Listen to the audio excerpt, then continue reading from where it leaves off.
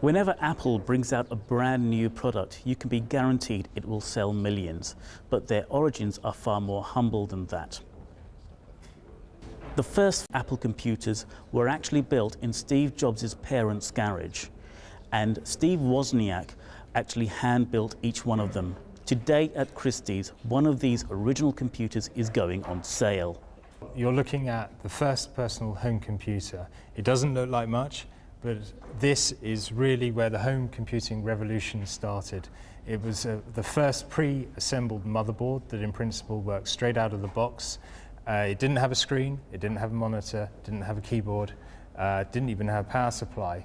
But what you're seeing is the first really user-friendly home personal computer. It was the first computer that used a keyboard and a monitor. Before this, you would have had to have bought a computer with a flashing panel of lights to tell you what was in memory. This was revolutionary. You could type on the keyboard and see what the output was on the screen. Nowadays, everybody uses a computer with a screen and a keyboard. About 200 were manufactured. No one really knows how many have survived. I would guess about a quarter of that, something like 50. The thing that makes this piece really unique is the fact that it's in the original shipping box. It's got the original invoice, a letter from Steve Jobs, all the original manuals, and it's in very near original condition. And a small announcement here. Steve Wozniak, co-founder of Apple, would be delighted to autograph Apple I for the successful bidder at the end of the sale. So Steve Wozniak, co-founder of Apple, would be delighted to autograph Apple I for the successful bidder at the end of the sale. And here we go now, lot 65, Apple I personal computer, the first Apple computer and the first ever personal computer with a ready-made motherboard. So lot 65 at £60,000, 60,000, 65,000, 70,000, 75,000, 80,000, 85,000, 90,000, 95,000, £100,000. £100,000 I bid. 100,000. Anyone else now is with me at 100,000. 100,010 with Steph at £110,000. I'm out here. It's with you, Steph, at 110,000. Any other bidders now? £110,000 I bid. Are we all done? Selling for £110,000. Thank you. Paddle 820. To see, an organization like this that you often read about, selling the finest, most expensive artwork, furniture, and manuscripts, that sort of thing, to see them actually now becoming a powerhouse in selling actual computer equipment.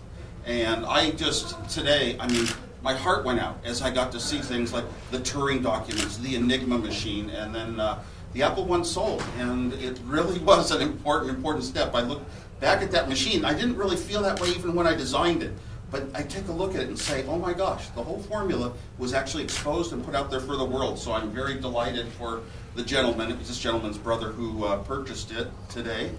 And, the amazing thing was, there was a point in time when the computer formula, we were starting to get a sense that they were going to be affordable someday. People could afford their own computers. And here I went down to just basically show off my design talents at a computer club and laid out a little board with a bunch of little chips that didn't add up to, more than about $50, $70 by somebody looking at it. And I'm able to type in programming languages and solve problems. And people were kind of amazed. They didn't realize the formula that could get the cost down to that level. So the Apple I really is a trendsetter. There are very few of them that were ever made. It's a complete package, and I'm very glad for your brother to now have it. When things grow at an exponential rate driven by Moore's Law, you never really see that far ahead. You just sort of think things are going linearly, and I knew it was a great step at the time. I knew that it was it was possible, a part of this revolution, that people could have, every single person could have a computer in their home someday. We believed in that, but we didn't really know what it meant. We didn't think you'd ever have a song on a computer. Even though if you used your brain, you'd have to predict, my gosh, you're gonna have a movie on a little card someday in your hand. It was very hard to see at the start. Remember, the Apple I gave it away for free. No copyrights, no nothing, just gave it away to people so they could build their own.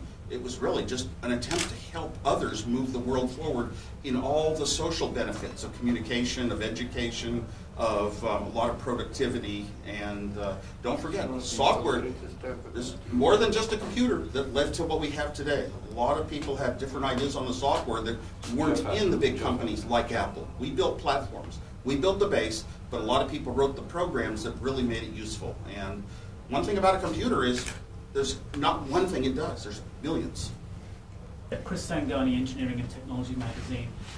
What do you think is going to be the next big thing in terms of computer interfaces?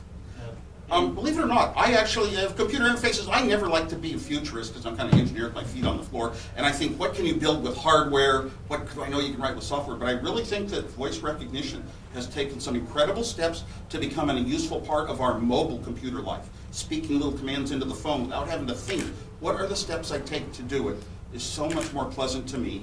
It's kind of like, you feel fun when you're moving your hand around swiping, whether it's writing words or dragging objects on an iPad. And it's like your body just knows. It tells you when you're doing things that feel so good to you, eventually the rest of the world's going to feel the same way. And I think voice recognition, I just don't have to think that much to speak a sentence into the computer telling it I want to navigate somewhere, or I want to phone somebody, or what is the answer to a mathematical question, and then I get the answer. It's really happening.